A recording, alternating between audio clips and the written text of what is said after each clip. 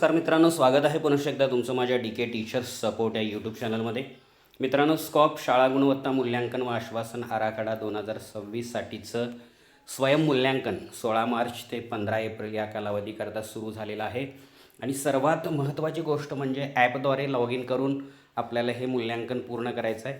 आणि यासाठी जेव्हा तुम्ही लॉग इन करायला जाता तेव्हा ॲपच्या सुरुवातीच्या विंडोमध्ये तुम्ही UDIS, त्यानंतर ईमेल ID आणि मुख्याध्यापकाचा मोबाईल नंबर जे की UDISमध्ये नोंदलेला आहे ते टाकायचं होतं की लगेच तिथं तुम्हाला 4 अंकी पासवर्ड मिळणार होता. बऱ्याच मुख्याध्यापकांना तसा तो पासवर्ड मिळाला. यासाठीचा हा पहिला व्हिडिओ जो मी काल दिला होता, जो 2000पेक्षा जास्त लोकांनी पाहिलेला आहे. तो पासवर्ड कसा मिळवायचा हा तो व्हिडिओ होता.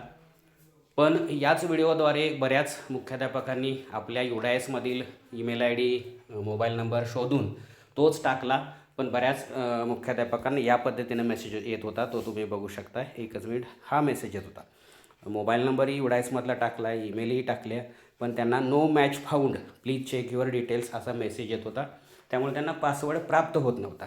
मित्रांनो, हीच बाब मी प्रकल्प व्यवस्थापक जे साहेब आहेत स्कॉपमध्ये, SCRT पुणे येतं, त्यांच्याशी मी बोललो आणि त्यांच्या कानावर घातल्यानंतर त्यांनी त्याबाबत शहानिशा केली. 31 जानेवारीचा डेटा या स्कॉपच्या साठी घेतला होता SCRTनं.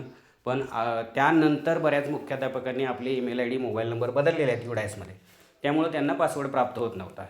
ही बाब त्यांच्या लक्षात आल्यानंतर त्यांनी आता दुसरा एक आपल्यासाठी पर्याय उपलब्ध करून दिलेला आहे. हा मेसेज तुम्ही पाहू शकता, त्यांचाच आहे हा मेसेज. या मेसेजद्वारे सांगितलेलं आहे की सर्व जिल्ह्यातील सर्व शाळांच्या मुख्याध्यापकांना त्यांच्या UDISमधील सध्याच्या मोबाईल नंबरवर डायरेक्ट मेसेजद्वारे पासवर्ड पाठवण्यात आलेला आहे.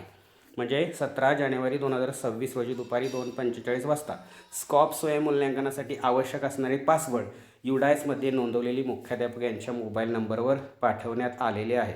हा बघा ठळक अक्षरातला मेसेज. हा मेसेज सगळ्या मुख्याध्यापकांना आता मिळालेला आहे.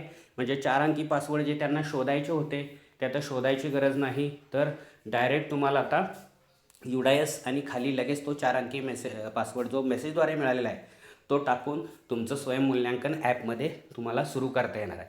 तर ही मित्रांनो महत्त्वाची लेटेस्ट अपडेट होती. तुम्ही सर्वांनी, ज्यांना पासवर्ड नाहीत त्यांनी लगेच तुमच्या मेसेज बॉक्समध्ये जाऊन तुम्हाला पासवर्ड आलेत का चेक करा.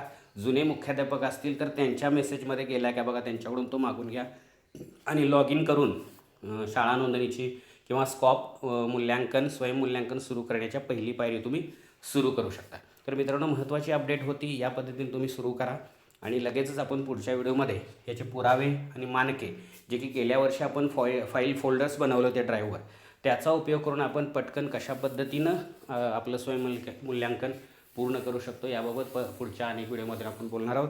तर भेटूया. तत्पूर्वी तुम्हाला सर्वांना विनंती की चॅनलला सबस्क्राईब केलं नसेल नक्की सबस्क्राईब करा आणि जास्तीत जास्त लाईक आणि शेअर करा. धन्यवाद.